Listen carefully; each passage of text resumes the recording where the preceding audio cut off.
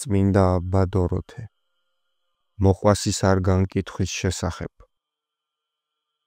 ძმებო, წმინდა ბერების სიტყვები რომ გვახსოვდეს და ნიადაგ ამ სიტყვებით ვიწვრთნებოდეთ, არ შევცოდავდით და არც ვიზარმაცებდით, რადგან როგორც თქვეს, ვერიდოთ მცირე ცოდვებს და აღარც დიდ და მძიმე ცოდვებში ჩავცვივდებით.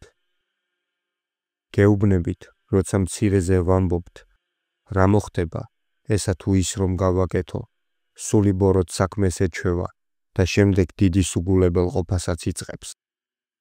ნახეთ, არაფერია მოყვასის განკითხვაზე უფრო მძიმე და ღმერთსაც მასზე მეტად არაფერი სძულს. როგორც მამებმა თქვეს, განკითხვაზე უარესი არაფერია.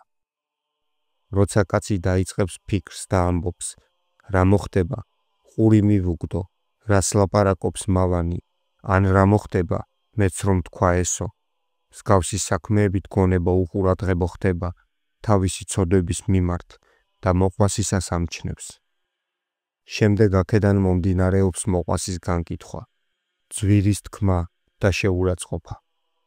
მერე კი რისთვისაც მოყვასს განიკითხავენ, თავადაც იმაშივე ვარდებიან. რადგან საკუთარ ცოდვებზე უზრუნველობით, მამების ნათქვამისამებრ, საკუთარი მკვდრის და უტირაობით, კაცი ვერანაირ სიკეთეში მიაღწევს წარმატებას, არამედ ნიადაგ მოყვასის განკითხვაში იქნება. ისე არაფერი განარისხებს ღმერთს და ღვთისშეწევნისგანაც ისე ვერაფერი განაშიშვლებს კაცს, როგორც ძვირის თქმა, განკითხვა და შეურაცხყოფა მოყვასისა. სხვა მოყვასის ძვირის თქმა, სხვა განკითხვა და სხვა შეურაცხყოფა. განკითხვა ისაა, როცა კაცი ამბობს, მავანმა იცრუა, განრისხდა, იმრუშა ან სხვა რა მსგავსი. აი, ძვირი თქვა, რადგან ცოდვავნებულად მოიხსენია. განკითხვა კი ისაა, როცა კაცი ამბობს, ის ვიღაც მატყუარაა, მრისხანია ან მრუშია. აი, მთელი მისი ცხოვრება განსაჯადა თქვა, ასეთი არისო იგი. აი, ეს არის მძიმე განკითხვა. სხვა თქვა, იგი განრისხდა და სხვა იგი მრისხანია. ყველა სხვა ცოდვასთან შედარებით იგი იმდენად მძიმეა, რომ თავად ქრისტე ამბობს, ორგულო, აღმოიღე პირველად დირე თვალისაგან შენისა და მერმე იხილო აღმოღებად წველი თვალისაგან ძმისა შენისა. მოყვასის ცოდვას ღერო, იგივე წველი უწოდა, ხოლო განკითხვას მორი, იგივე დირე, იმდენად მძიმეა იგი ყველა ცოდვასთან შედარებით. ფარისეველი, რომელიც ლოცულობდა და თავისი სათნოებების გამო ღმერთს მადლობდა, კი არ ტყუოდა და ამისთვის კი არ დაისაჯა. ჩვენს გვმართებს ღმერთს მადლი შევწიროთ ჩვენ მიერ აღსრულებული სათნოებების გამო, რადგან იგია სიკეთის მომნიჭებელი. როგორც თქვი, ამიტომ არ დაისაჯა ფარისეველი, არც იმისთვის რომ თქვა, არა ვარ ვითარცა სხვანი კაცნი. არამედ იმისთვის, რომ მეზვერისკენ მიბრუნებულმა თქვა, გინა ვითარცა ესე მეზვერე. მაშინ დამძიმდა იგი, რადგან პირისპირ განიკითხა პიროვნება და მთელი მისი ცხოვრება. ამიტომ ჩამოვიდა მეზვერე უფრო გამართლებული. რადგან არაფერია მოყვასის განკითხვასა და შეურაცხყოფაზე უარესი. რატომ არ განვიკითხავთ საკუთარ თავსა და სიბოროტეს, რაც დანამდვილებით და კარგად ვიცით და რის გამოც ღვთის წინაშე პასუხის გაცემა მოგვიხდება. რატომ მივიტაცებთ ღვთის სამართალს, რას ვერჩით მის ქმნილებას. არ ვძრწით, როცა გვესმის, რა დაემართა იმ დიდ ბერს, რომელმაც როცა რომელიღაც ძმის შესახებ გაიგო, სიძვით დაეცაო, თქვა, ჰოი, ცუდი საქმე ჩაიდინა. არ იცით, რას წერენ მამები ამის შესახებ. წმინდა ანგელოზმა იმ ძმის სული ბერთან წაიყვანა და უთხრა, აი, შენ რომ განიკითხე აღესრულა. სად ბრძანებ მის შთაგდებას, სასუფეველში თუ ჯოჯოხეთში. არსებობს ამ სიმძიმეზე უფრო საშინელი რამ. ბერისთვის ნათქვამი ანგელოზის სიტყვები ნიშნავს, რა კი ცოდვილთა და მართალთა მსაჯული შენ ხარ, რა სიტყვი ამ სულზე, შეიწყალებ თუ დატანჯავ. წმინდა ზარი დაეცა, და მთელი ცხოვრება ოხრასა და ტირილში გაატარა, ღმერთს რომ ეს ცოდვა შეენდო. ასე შენდობის შემდგომ მოიქცა, რადგან ანგელოზმა უთხრა: აი ღმერთმა გიჩვენა განკითხვის სიმძიმე, აღარ გააკეთო ეს. ეს კი შენდობის სიტყვებია, მაგრამ ბერის სულის სიკვდილამდე არ დამშვიდებულა. ძმებო, ჩვენ რაღაც ვერჩით მოყას, რას ვეძიებთ სხვების ცოდვებს. ყველა ჩვენგანმა საკუთარ თავსა და სიბოროტეზე იზრუნოს. გამართლება და დასჯა მხოლოდ ღვთის ხელთაა. ვინც თითოეულის ცხოვრება, ძალა, აღზრდა და მადლი უწყის და ყველას ისე განიკითხავს, როგორც მან იცის. ღმერთი სხვაგვარად სჯის უხუცეს და სხვაგვარად მოწაფეს, სხვაგვარად მოხუცსა და სხვაგვარად ახალგაზრდას, სხვაგვარად უძლურს და სხვაგვარად ძლიერს. ვინ იცის ეს მსჯავრი, თუ არა მხოლოდ მან, ვინც ყოველივე შექმნა და ყოველივე უწყის. მახსოვს ასეთი ამბავი. ერთხელ რომელიღაც ქალაქს ტყვეებით დატვირთული ხომალდი მიადგა. ამ ქალაქში ერთი წმინდა ქალწული ცხოვრობდა, მეტად მოკრძალებულად. ხომალდის ამბავი რომ შეიტყო, გაუხარდა. პატარა გოგონას ყიდვა უნდოდა. ამბობდა: გავზრდი როგორც მინდა, არ ვაჩვენებ წუთი სოფლის უკეთურების გემოს. გაგზავნა კაცი და ხომალდის პატრონს უხმო. მასთან ნახა ორი ძალიან პატარა გოგონა, როგორიც მას უნდოდა, და უყონებლივ მისცა საფასური და ერთი გოგონა წამოიყვანა. ხომალდის პატრონი რომ წამოვიდა და მცირე მანძილი გაიარა, ერთი საშინელი მეწავი შეხვდა. ნახა მასთან მყოფი მეორე გოგონა და იყიდა. ნახეთ ღვთის სასჯელი, ვინ ახსნის ამ საქმეს. წმინდამ გოგონას ღვთის შიში, ყოველივე სიკეთე, ღვთის მცნებების აღსრულება და ყოველი სამონაზნო წესი შეასწავლა. ხოლო მეძავმა ის საწყალი ეშმაკის ჭურჭლად აქცია, რადგან რაც იმ რისხვა მასწავლა, მარტო ოდენს სულის წარწმენდა იყო. რაღა ვთქვათ საშინელ სასჯელზე. ორივე მცირეწლოვანი იყო, ორივე გაყიდეს და არ იცოდნენ სად მიდიოდნენ. ერთი ღვთის, მეორე კი ეშმაკის ხელთ აღმოჩნდა.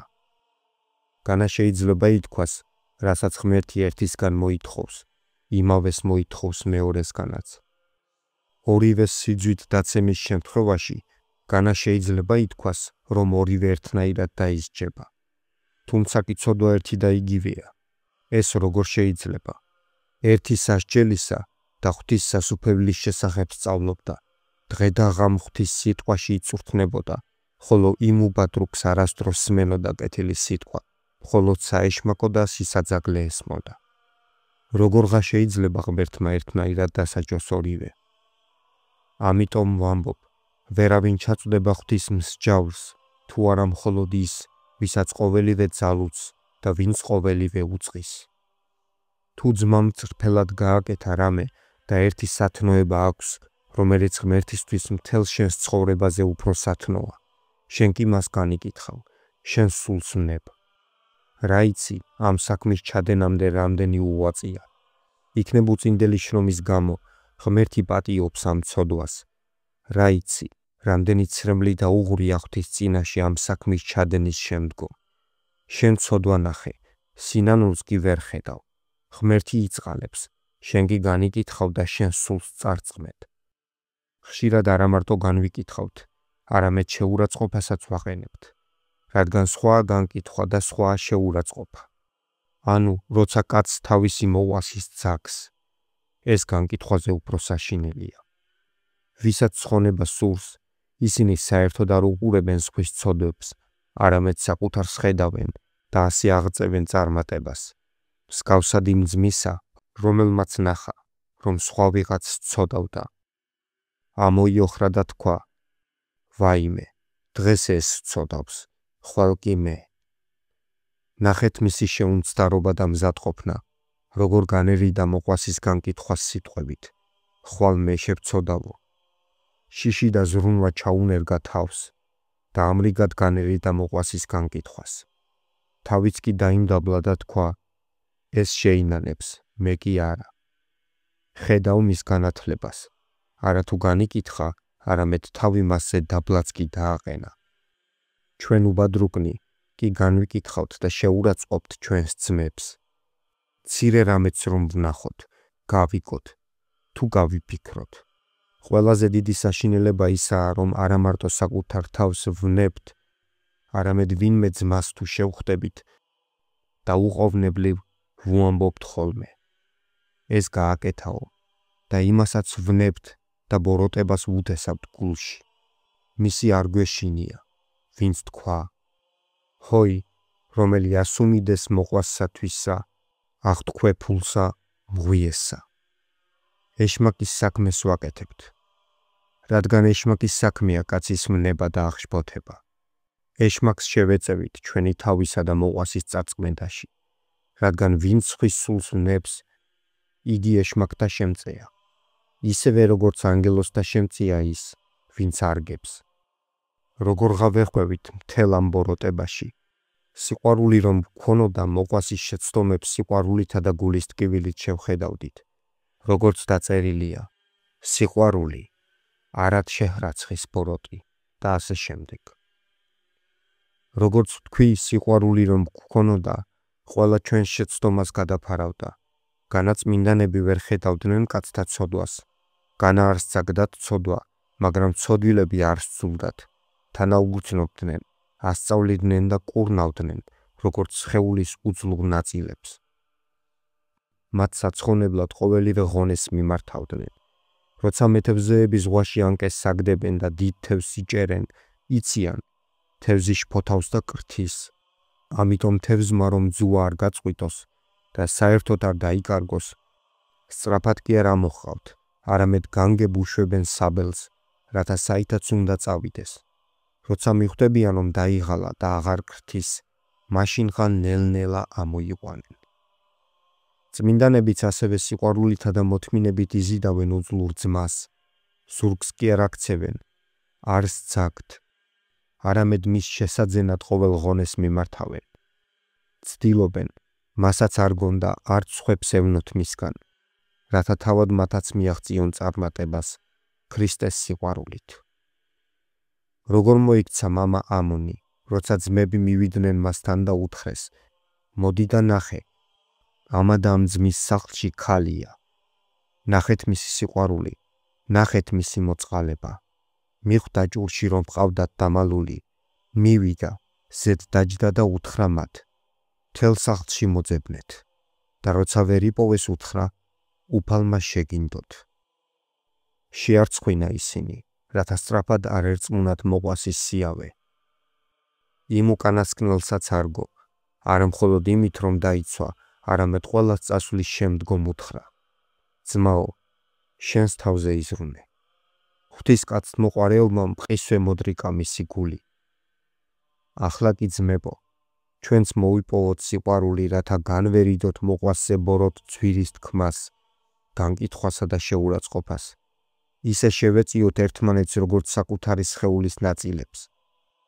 არსებობს ისეთი კაცი, ვინც დაზიანებულ ხელს, ფეხს, ან სხვა რამ ასოს შეიძულებს, ან მის მოკვეთას მოიწადინებს.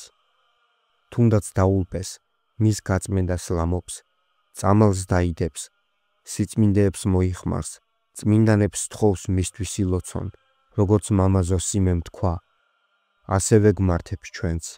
ერთმანეთს უნდა თანავუგრძნოთ და შევეშველოთ. ყოველ ღონეს უნდა მივმართოთ ერთმანეთის დასახმარებლად, რათა ჩვენც ვირგოთ.